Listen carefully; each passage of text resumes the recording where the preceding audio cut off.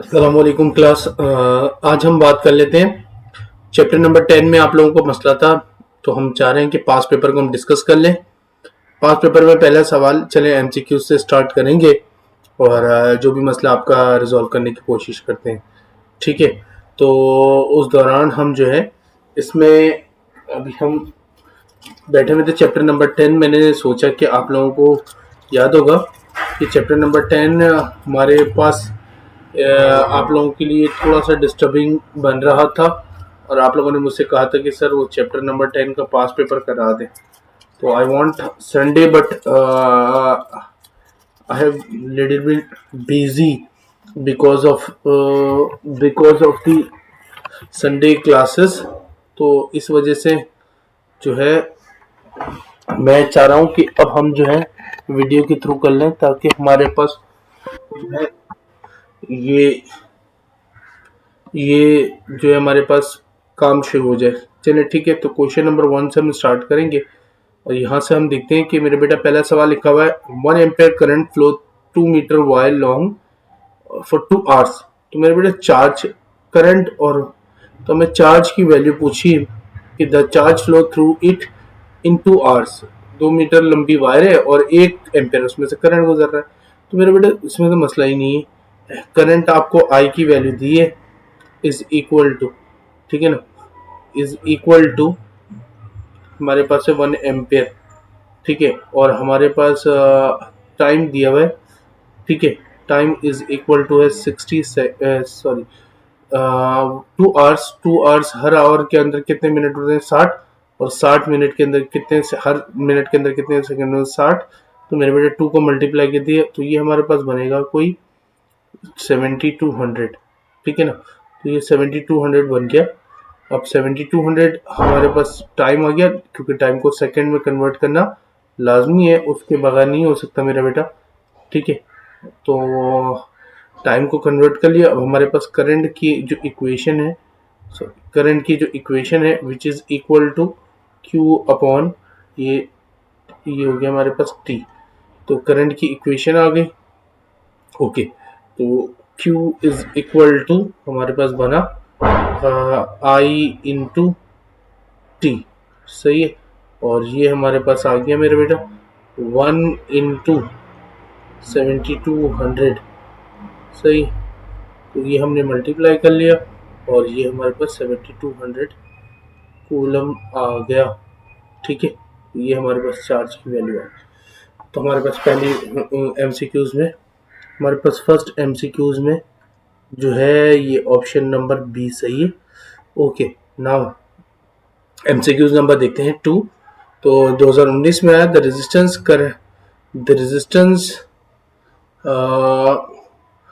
Resistance of the current carrying wire depends on the, किस पे depends करता है मेरा बेटा, रेजिस्टेंस टेम्परेचर पे, लेंथ पे, एरिया पे या इलेक्ट्रिक करंट पे। The resistance of current carrying wire does not depends on, किस पे डिपेंड नहीं करता।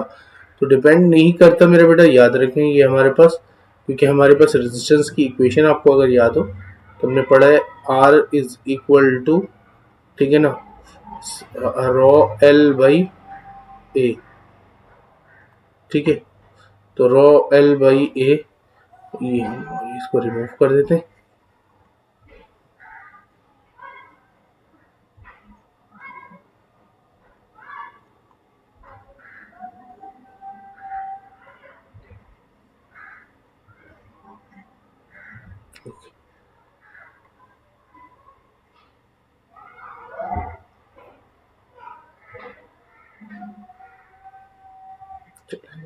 अगला सवाल। तो हमने ये इक्वेशन देखा मेरा बेटा, हमारे पास R इज इक्वल टू होता है रॉ L बाई ए, ठीक है। मैंने बड़ा वाला करके लिख दिया।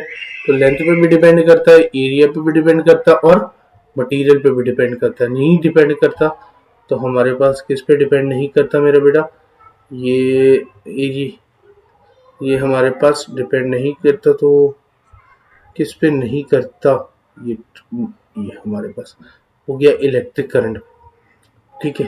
अच्छा, यही ओम्स का लॉ है। अब हम अगला पार्ट देखते हैं कि कह रहा है इलेक्ट्रिकल कंडक्टर कंटेन्स। मेरे बेटे देखो, अगर हम इलेक्ट्रिकल कंडक्टर को देखें तो बेसिकली वो एक मेटल है। मेटल के अंदर हम एक एटम को कंसिडर करते हैं कि ये हमारे पास एटम के अंदर लेट सपोज ये न्यूक्लियस है और इसके सराउंडिंग में ये हमारे पास जो है ये इलेक्ट्रॉन। लेट सपोज हमारे पास कोई मेटल है, एटम है, तो उसके ऑर्बिट में तो 2 इलेक्ट्रॉन होंगे अंदर वाले और बाहर लेट सपोज एक है। तो मेरे बेटे जैसे ही टेम्परेचर मिलेगा तो ये वाला इलेक्ट्रॉन हो जाएगा फ्री, ठीक है ना। तो ये इलेक्ट्रॉन फ्री हो जाएगा और फ्री इलेक्ट्रॉन एनर्जी मिलने से होता है। तो दो तरह के जो अंदर वाले इलेक्ट्रॉन होते हैं उनको हम कहते हैं बाउंडेड इलेक्ट्रॉन, और जो बाहर वाले होते हैं उनको हम कहते हैं फ्री इलेक्ट्रॉन। तो हमारे पास दोनों तरह के इलेक्ट्रॉन मौजूद होते हैं, बाउंडेड एंड फ्री, दोनों तरह के इलेक्ट्रॉन मौजूद होते हैं एक एटम के अंदर। हमारे पास सही ऑप्शन ना ही ओनली फ्री इलेक्ट्रॉन होगा ना ही बाउंडेड इलेक्ट्रॉन होगा, ये दोनों होंगे फ्री एंड बाउंडेड। ओके, अब कह रहे हैं हमारे पास जो अगला सवाल है वो हमारे पास है क्या नाम है, ठीक है, अगला सवाल हमारे पास है तो हम देख लेते हैं इसको।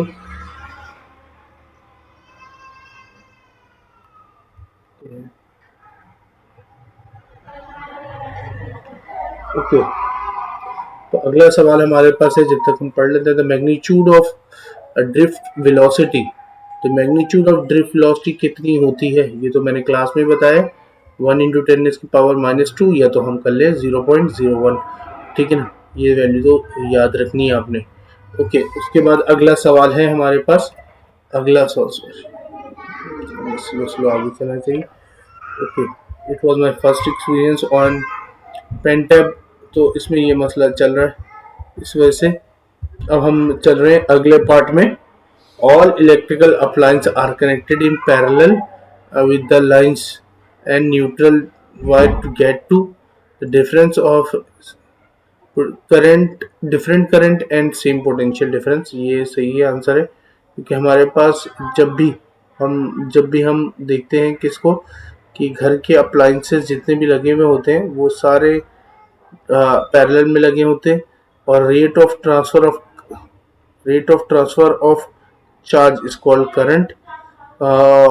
ओम्स लॉ, ओम्स लॉ और ओबे, भाई मेटेलिक कंडक्टर के लिए ओबे करता है, लिमिटेशन में हमने देखा था। ओके, उसके बाद हमारे पास आ जाते हैं हम electrical conductor contain both, free हमने देख भी लिया, पास पेपर में भी ये सवाल आया, ठीक है। अगला पार्ट आ जाते हैं हम। ओके, अच्छा,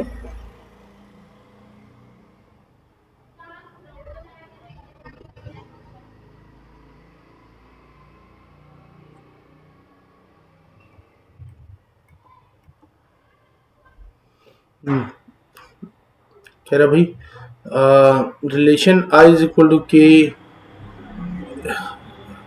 इंटू वी, एंड यहाँ पर हमारे पास सवाल था मेरा बच्चा कि हमारे पास ये के जो है वो किसको रिप्रेजेंट कर रहा है। तो ये के स्टैंड्स फॉर कंडक्टेंस, ठीक है ना। तो के स्टैंड्स फॉर कंडक्टेंस हो गया। Copper wire of resistivity raw is stretched and diameter reduced by half from original length, the new resistivity। तो मेरा बेटा रेजिस्टिविटी डायमेंशन पे डिपेंड नहीं करती, तो इसीलिए रेजिस्टिविटी मटेरियल पे डिपेंड करती, तो सेम रहेगा, ठीक है ना। एवीओ मीटर, ये तो चैप्टर नंबर 15 का सवाल है, ठीक है, ये हम अभी नहीं पढ़ेंगे, इसकी ज़रूरत नहीं है। जूल पर कूलम इज इक्वल टू मेरा बेटा वोल्ट होता है, ठीक है ना। जूल पर coulomb, work done per unit charge, ये फॉर्मूला हमने देखा हुआ, work done per unit charge, सही ना, विच इज इक्वल टू मेरा बेटा इक्वल टू वोल्टेज होता है, पोटेंशियल डिफरेंस होता है। अच्छा, अब हम अगले पार्ट में आते हैं। लेट सपोज नीचे आ जाते हैं, ठीक है, और हम थोड़ा सा इसको ट्राई कर ले हल्का सा। अच्छा भाई, 2.2 kilowatt electric iron with voltage of 220, the current flow, कितना करंट फ्लो करेगा। तो हमारे पास पावर इज इक्वल टू, हमने फॉर्मूला देखा पावर का कि पावर इज इक्वल टू होता है मेरा बेटा, कह रहे हैं कि पावर कितना, इसमें आई इंटू वी होता है, ठीक है ना। तो पावर की हमें वैल्यू दी हुई है 2.2 किलो, किलो वाट। किलो का मतलब मेरा बेटा 10 की पावर, मैंने बताया आपको बहुत दफ़ा, 3 होता है, विच इज़ इक्वल टू आई की, वी की वैल्यू दी हुई 2200, सॉरी सही है, तो वी की वैल्यू दी हुई। ओके, तो अभी हम जो है ना इसको थोड़ा सा साफ कर लेते हैं, ठीक है। तो ये हमारे पास वी की वैल्यू आप देख सकते हैं, वी की वैल्यू, इसको हम क्या कह रहे थे कि पावर इज इक्वल टू है वी इंटू आई, ठीक है ना, वी आई वी, ठीक है ना। और हमें आई निकालना है तो हमें पी अपॉन वी करना पड़ेगा, और पी अपॉन वी करेंगे, पी की वैल्यू किलो को हटाना पड़ेगा, 10 की पावर 3 हो जाएगा मेरा बेटा, और डिवाइड में हम वी को रख देंगे 2200, ठीक है ना, 20। तो ये हमारे पास इसकी वैल्यू आ जाएगी करंट की, ये हमारे पास तकरीबन ये बता रहे हैं कि भाई 10 एम्पीयर आ जाएगा। कैलकुलेटर से अगर हम मेजर करें तो ये हमारे पास आई की वैल्यू आ गई। ये एमसीक्यूज आया था हमारे पास कौन से ईयर में, ये एमसीक्यूज आया है 2022 में। कहता है 4 bulbs 10 watt 20 watt 30 watt and 40 watt are connected in series, series में लगाया है। द बल्ब विल शाइन मोर, मेरा बेटा जाहिर सी बात है जिसकी पावर ज़्यादा होगी वो ज़्यादा शाइन करेगा, तो हमारे पास ये okay. EMF of combination of 3 cells are connected in, मेरा बेटा पैरेलल में सेल्स को जब लगाएं तो EMF कितना होगा, तो याद रखें सेल्स को जब हम रखते हैं तो सेल्स की EMF सेम रहती है, ठीक है, EMF एज वोल्टेज, ठीक है ना। तो ये हमारे पास V1 V2 और V3 ये सब क्या रहेगा, सेम रहेगा। और अगर हम सीरीज में लगाते हैं तो फिर सेल्स की EMF सम हो जाता है। तो electrical power dissipated as heat resistor, तो इलेक्ट्रिकल एनर्जी बोल रहे हैं, सॉरी, तो एनर्जी कितने के बराबर होगा, तो हम यहाँ से देख सकते हैं मेरे बेटा कि हमने एक फॉर्मूला निकाला था पावर में ना, कि ये हमारे पास था इलेक्ट्रिकल एनर्जी कितना डेसिपेट होगा, तो पावर था which is equal to P is equal to V square I square into R भी देखा है हमने, ठीक है। और एनर्जी की बात करें तो एनर्जी के पावर क्या होता है, एनर्जी पर यूनिट क्या मेरे बेटा टाइम, ठीक है, is equal to I square into R, ठीक है।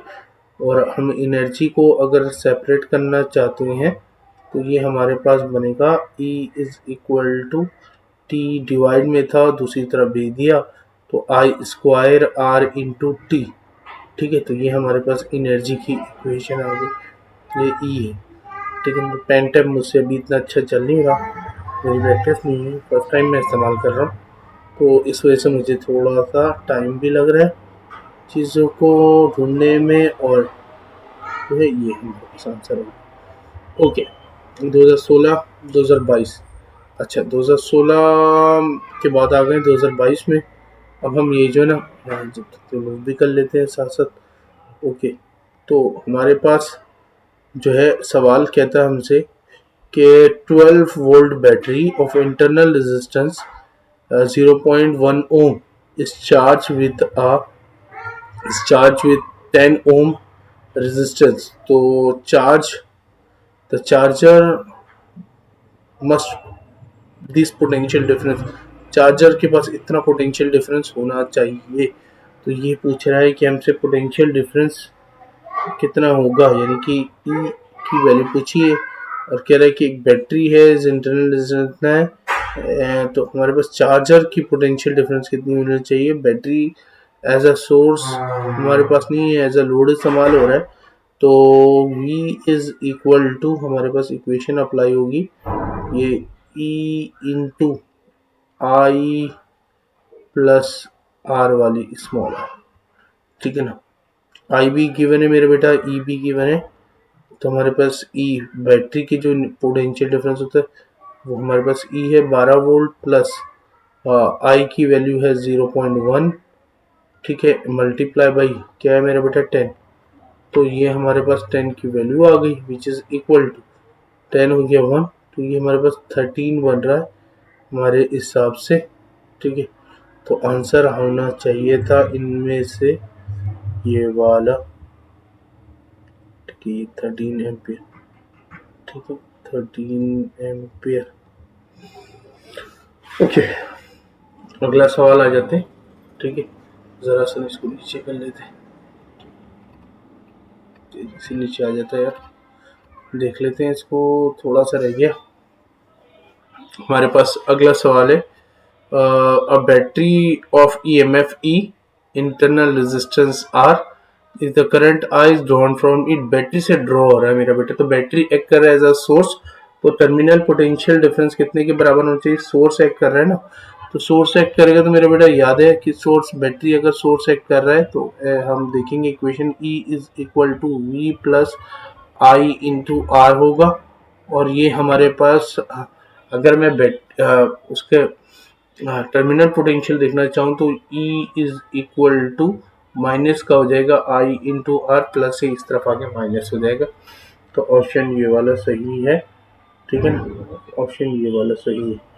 2011 में देखें तो two resistance R1 and R2 are connected in series, R1 is greater than R2, the heat would be more, जाहिर सी बात है हीट किसमें होगा, सीरीज में। देखो मेरा बेटा, मैंने आपको बताया था पावर वाले इक्वेशन में, पावर डेसिपेशन में पावर इज इक्वल टू, अगर सीरीज में करंट सेम रहता है तो उस केस के लिए हम देखेंगे कि पावर इज, अगर हमारे पास करंट सेम रहता है तो पावर इज डायरेक्टली प्रोपोर्शनल हो जाता है रेजिस्टेंस के सीरीज के केस में, ठीक है, करंट सेम रहता है। तो अब जितना ज्यादा रेजिस्टेंस होगा उतना ज्यादा रेजिस्टेंस होगा उतना ज्यादा हमारे पास करंट इधर, तो हमारे पास कनेक्ट एक कमर्शियल यूनिट क्या होती है, कमर्शियल यूनिट हमारे पास यूनिट, कमर्शियल यूनिट का मतलब है कि जो पावर हमारे पास घर पे जो एनर्जी आती है वो एनर्जी जैसे इलेक्ट्रिसिटी, तो वो आता है हमारे पास किलो वाट आवर में, ठीक है ना, किलो वाट आवर में, तो इसका मतलब है कि हमारे पास जो घर पे यूनिट आती है किलो वाट आवर में होती है, तो ये एमसीक्यू सही है, ठीक है, किलो वाट आवर में। लेकिन याद रखिए पेपर में एक दफ़ा पूछ चुका है कि किलो वाट आवर, मैंने आपको पहले भी शायद क्लास में डिस्कस किया है कि किलो वाट आवर किसकी यूनिट है, तो एनर्जी की यूनिट होती है, पावर की नहीं, ठीक है। 2010 आखिरी सवाल इसको देख लेते हैं, ये हमारे पास बाकी जो है एक्स्ट्रा है, तो electrical energy dissipated in register, तो ये तो हम पहले भी देख चुके हैं ऊपर, ये है